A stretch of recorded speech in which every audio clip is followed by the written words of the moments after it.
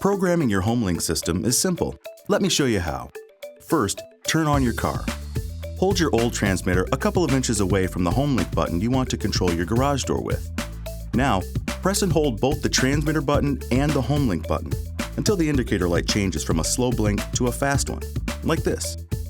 Now, press and hold the button on your HomeLink that you want to control your garage door for 5 seconds and release it.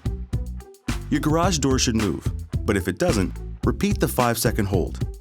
If your indicator light is still on, your programming is complete, and you can just press and release your HomeLink button to activate your garage door. However, if your light flashes rapidly and then turns to a constant light, you're not done yet, and we'll have to take a few extra steps. Don't worry, I'll walk you through them. You'll need to complete the next few steps in 30 seconds, so you might want to have someone help you if you think it would be easier. First, press and hold the Learn button on your garage door opener motor, here. Next, get back in your car and press and hold the selected function button on your HomeLink for 2 seconds, then release it. Then press and hold it for 2 seconds again and release it. To program additional buttons, repeat the steps we just walked through, but remember to choose a different button.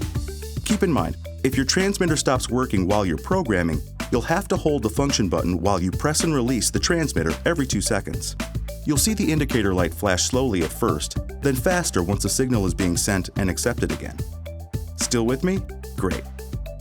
Then here are a few other tips you might find helpful. To program a transmitter that was previously linked to another HomeLink system, press and hold the HomeLink button you want to control your garage door until the indicator light starts to flash. Without letting go of the button, turn the ignition on in your car, and your programming should be complete.